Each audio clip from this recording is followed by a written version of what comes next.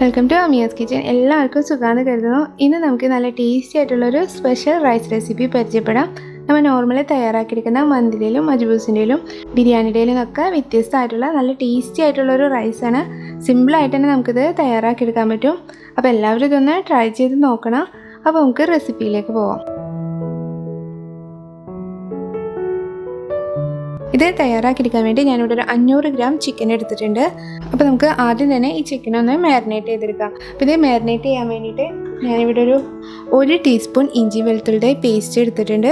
ഒരു ചെറിയ കഷ്ണം ഇഞ്ചിയും ഒരു 5 അല്ലി വെളുത്തുള്ളി നന്നായിട്ടൊന്ന് അരച്ചെടുത്തതാണ്. അതിലേക്ക് നമുക്കൊരു 1/2 ടീസ്പൂൺ മഞ്ഞൾപ്പൊടി ചേർത്ത് കൊടുക്കാം.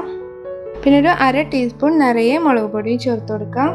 പിന്നെ നമുക്കിതിലേക്ക് ഒരു 2 ടേബിൾ സ്പൂൺ തൈരും കൂടിയും ചേർത്ത് കൊടുക്കാം. എന്നിട്ട് ഇതിലേക്ക് ആവശ്യത്തിനുള്ള ഉപ്പും കൂടിയും ചേർത്തായിട്ട് നന്നായിട്ട് ഈ മസാല ഒക്കെ ഒന്ന് ചിക്കനിൽ നന്നായിട്ടൊന്ന് തേച്ച് പിടിപ്പിക്കാം. അപ്പോൾ ഇത് റെഡി ആയിട്ടുണ്ട്.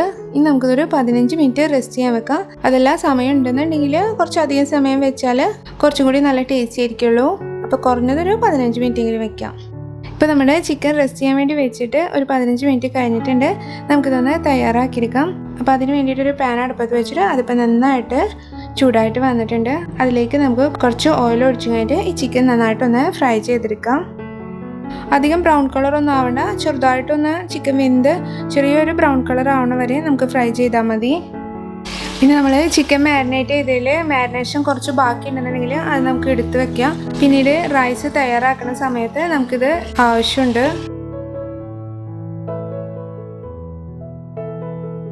ഇപ്പോൾ നമ്മുടെ ചിക്കനൊക്കെ നന്നായിട്ട് തന്നെ കുക്കായിട്ടുണ്ട്. ചെറുതായിട്ടൊരു ബ്രൗൺ കളറൊക്കെ ആയിട്ട് വന്നിട്ടുണ്ട്. നമ്മൾ ഡീപ് ഫ്രൈ ചെയ്തെടുക്കണ പോലെ അത്ര ഡാർക്ക് കളറൊന്നും ആവണ്ട, ചെറുതായിട്ട് ഈ രീതിയിലൊന്ന് കുക്കായിട്ട് വന്നാൽ മതി.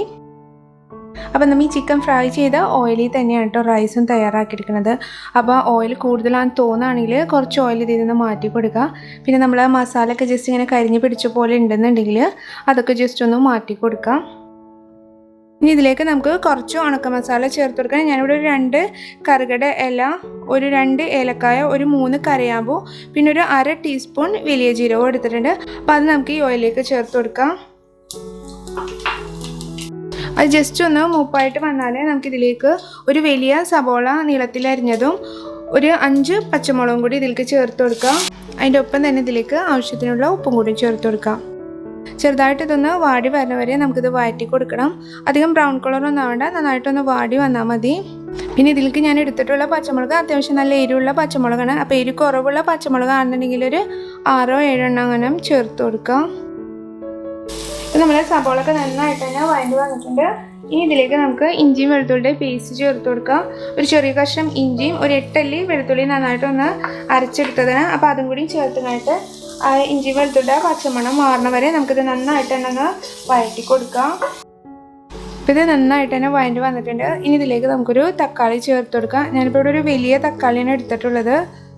അപ്പോൾ അതും കൂടി ചേർത്തിട്ട് ജസ്റ്റ് ഒന്ന് മിക്സ് ചെയ്തതിന് ശേഷം നമുക്കിതൊന്ന് അടച്ചും മൂടിയും കഴിഞ്ഞിട്ട് നന്നായിട്ടൊന്ന് കുക്ക് ചെയ്യാം. നമ്മൾ തക്കാളിയൊക്കെ നന്നായിട്ട് വെന്ത് നന്നായിട്ടൊന്ന് ഉടഞ്ഞ് വന്നിട്ടുണ്ട്. ഇനി ഇതിലേക്ക് നമുക്കൊരു 1.5 ടീസ്പൂൺ കസൂരി മേത്തി ചേർത്ത് കൊടുക്കണം. അപ്പോൾ അത് ഉണ്ടെന്നുണ്ടെങ്കിൽ എന്തായാലും ചേർത്ത് കൊടുക്കാം, ഇല്ലാന്നുണ്ടെങ്കിൽ ഒഴിവാക്കാം. പക്ഷെ അത് ചേർത്ത് കൊടുക്കുമ്പോൾ പ്രത്യേക ഒരു ഫ്ലേവർ തന്നെയാണ്. അപ്പോൾ അതും കൂടി ചേർത്ത് നന്നായിട്ടൊന്ന് മിക്സ് ചെയ്തതിന് ശേഷം നമുക്കിതിലേക്ക് ഒരു 2 ടേബിൾ സ്പൂൺ തൈരും ചേർത്ത് കൊടുക്കാം. പിന്നെ നേരത്തെ നമ്മൾ ഫ്രൈ ചെയ്യാൻ വേണ്ടി റെഡിയാക്കിയെടുത്ത മസാലയിൽ, മാരിനേഷൻ്റെ മസാലയിൽ ബാക്കിയുള്ള ആ മസാലയും കൂടി ഇതിലേക്ക് ചേർത്ത് കൊടുക്കാം. എന്നിട്ട് ഇത് നന്നായിട്ടൊന്ന് മിക്സ് ചെയ്യാം. അതിന് ശേഷം നമുക്കിതൊന്ന് അടച്ച് വെച്ചിങ്ങായിട്ട് ഒരു 2 മിനിറ്റ് ഇത് നന്നായിട്ടൊന്ന് കുക്ക് ചെയ്തെടുക്കുക. അതിൻ്റെ നെയ്യൊക്കെ ഒന്ന് ചെറുതായിട്ടൊന്ന് തെളിഞ്ഞ് വരെ നമുക്കിതൊന്ന് കുക്ക് ചെയ്യാം. ഇപ്പം ഇതെല്ലാം നന്നായിട്ട് കുക്കായിട്ട് ചെറുതായിട്ട് നെയ്യൊക്കെ ഒന്ന് തെളിഞ്ഞ് വന്നിട്ടുണ്ട്. ഇനി ഇതിലേക്ക് നമുക്ക് റൈസ് ചേർത്ത് കൊടുക്കാം. ഞാനിപ്പോൾ ഒരു 2 കപ്പ് റൈസാണ് എടുത്തിട്ടുള്ളത്. 250 ml കപ്പിൽ ഒരു 2 കപ്പ് റൈസാണ് ഞാനിവിടെ എടുത്തിട്ടുള്ളത്. കഴുകിയതിന് ശേഷം ഒരു 30 മിനിറ്റ് വെള്ളത്തിൽ നന്നായിട്ടൊന്ന് സോക്ക് ചെയ്ത് വെച്ചതാണ്. അപ്പോൾ അതും കൂടി ചേർത്തിട്ട് ഇത് നന്നായിട്ടൊന്ന് മിക്സ് ചെയ്ത് കൊടുക്കാം. ഒരു 1-2 മിനിറ്റ് ഞാൻ നന്നായിട്ട് തന്നെ ഈ റൈസ് ഒന്ന് വഴറ്റി കൊടുത്തിട്ടുണ്ട്. ഇനി ഇതിലേക്ക് നമുക്ക് നമ്മുടെ സ്പെഷ്യൽ ഇൻഗ്രീഡിയൻറ്റ് ചേർത്ത് കൊടുക്കാം.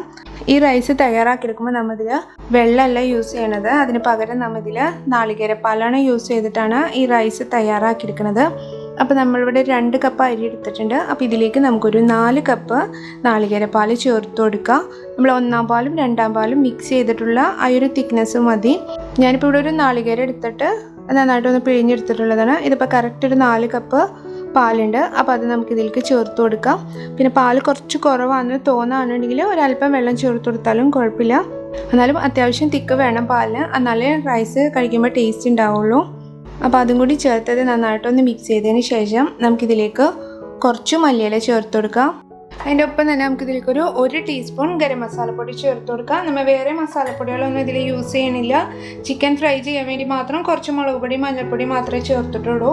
എന്നിട്ടിത് നന്നായിട്ടൊന്ന് മിക്സ് ചെയ്തതിന് ശേഷം നമുക്കിതിലേക്ക് ഒരു ടേബിൾ സ്പൂൺ നെയ്യും കൂടിയും ചേർത്ത് കൊടുക്കാം. എന്നിട്ടിത് എല്ലാം നന്നായിട്ട് ഇതിൽ മിക്സ് ചെയ്ത് കൊടുക്കാം. ഉപ്പ് കുറവുണ്ടെങ്കിൽ ഉപ്പ് ചേർത്ത് കൊടുക്കണം. ഉപ്പ് എപ്പോഴും ചേർത്ത് കൊടുക്കുമ്പോൾ കുറച്ചൊന്ന് മുന്തി നിൽക്കുന്ന വിധത്തിൽ ചേർത്ത് കൊടുക്കാം. ഇപ്പോൾ പാലൊക്കെ ചെറുതായിട്ടൊന്ന് തിളച്ച് വന്നു തുടങ്ങിയിട്ടുണ്ട്. ഈ സ്റ്റേജിൽ നമ്മൾ ഫ്രൈ ചെയ്തെടുത്ത ചിക്കൻ പീസ് വെച്ച് കൊടുക്കാം. ഇത് നന്നായിട്ട് തന്നെ തിളച്ച് വന്നിട്ടുണ്ട്. ഇനി നമുക്കിതൊന്ന് അടച്ചു മൂടിയായിട്ട് നന്നായിട്ടൊന്ന് കുക്ക് ചെയ്യണം. അപ്പോൾ നമ്മൾ ദമ്മിടാനൊക്കെ ഏത് രീതിയിലാണോ അടച്ചു വെക്കാറ് ആ രീതിയിൽ തന്നെ അടച്ചു വെക്കാം. ഞാനിപ്പോൾ ഇവിടെ ഫോയിൽ പേപ്പർ വെച്ചിട്ട് നന്നായിട്ട് ഇതൊന്ന് കവർ ചെയ്തെടുക്കുന്നുണ്ട്. ഇനി നമുക്കിത് ഏറ്റവും കുറഞ്ഞ തീയിലിട്ടിട്ട് ഒരു 30 മിനിറ്റ് ലോ ഫ്ലെയിമിൽ നന്നായിട്ടൊന്ന് കുക്ക് ചെയ്തെടുക്കണം. 30 മിനിറ്റ് ആയാൽ തീ ഓഫ് ചെയ്തിട്ട് ഒരു 15 മിനിറ്റ് കഴിഞ്ഞിട്ട് നമുക്കിത് തുറന്ന് നോക്കിയാൽ മതി. അപ്പോൾ ആ ഒരു തീ ഓഫ് ചെയ്തതിന് ശേഷമുള്ള ആ ഒരു ആവിയിൽ ഇരുന്നങ്ങായിട്ട് നന്നായിട്ട് തന്നെ ഒന്ന് ദമ്മായിട്ട് വരും. പിന്നെ ഇത് കുക്ക് ചെയ്യാൻ വെക്കുന്ന സമയത്ത് ഇതിൻ്റെ അടിയിൽ ദോശക്കല്ലോ അല്ലെങ്കിൽ പഴയ വല്ല പാൻ ഉണ്ടെങ്കിൽ അത് വെച്ചിട്ട് കുക്ക് ചെയ്യാന്നുണ്ടെങ്കിൽ ഒട്ടും അടി പിടിക്കില്ല. ഇപ്പോൾ നമ്മുടെ റൈസ് കുക്ക് ചെയ്യാൻ വേണ്ടി വെച്ചിട്ട് ഒരു 45 മിനിറ്റ് ആയിട്ടുണ്ട്. ഒരു 15 മിനിറ്റ് മുമ്പ് ഞാൻ തീ ഓഫ് ചെയ്തിട്ടുണ്ടായിരുന്നു. അപ്പോൾ നമുക്കിനി ഇതൊന്ന് തുറന്ന് നോക്കാം. ഇപ്പോൾ നമ്മുടെ റൈസൊക്കെ നന്നായിട്ട് തന്നെ കുക്കായിട്ടുണ്ട്. നല്ലൊരു സ്മെല്ലൊക്കെ വരുന്നുണ്ട്. ഇനി ഇതിലേക്ക് നമുക്ക് കുറച്ച് മല്ലിയിലയും കൂടി ഇട്ട് കൊടുക്കാം, ഒരു ഭംഗിക്ക് വേണ്ടിയിട്ടാണ്. ഇപ്പോൾ നമ്മുടെ റൈസൊക്കെ നന്നായിട്ട് തന്നെ കുക്കായിട്ടുണ്ട്. നല്ല ടേസ്റ്റി ആയിട്ടുള്ള റൈസാണ്. നാളികേരപ്പാലിലൊക്കെ തയ്യാറാക്കിയെടുക്കുന്നതുകൊണ്ട് തന്നെ ശരിക്കും നല്ല ടേസ്റ്റാണ്. അപ്പോൾ പറ്റുകയാണെങ്കിൽ എല്ലാവരും ഒന്ന് ട്രൈ ചെയ്ത് നോക്കിയിട്ട് തീർച്ചയായിട്ടും നിങ്ങളുടെ അഭിപ്രായം അറിയിക്കണം. ഇഷ്ടപ്പെട്ടാൽ ഫാമിലീസിനും ഫ്രണ്ട്സിനൊന്നും ഷെയർ ചെയ്യാൻ മറക്കരുത്. അതുപോലെ ലൈക്ക് ചെയ്യാനും സബ്സ്ക്രൈബ് ചെയ്യാനും മറക്കരുത്. താങ്ക്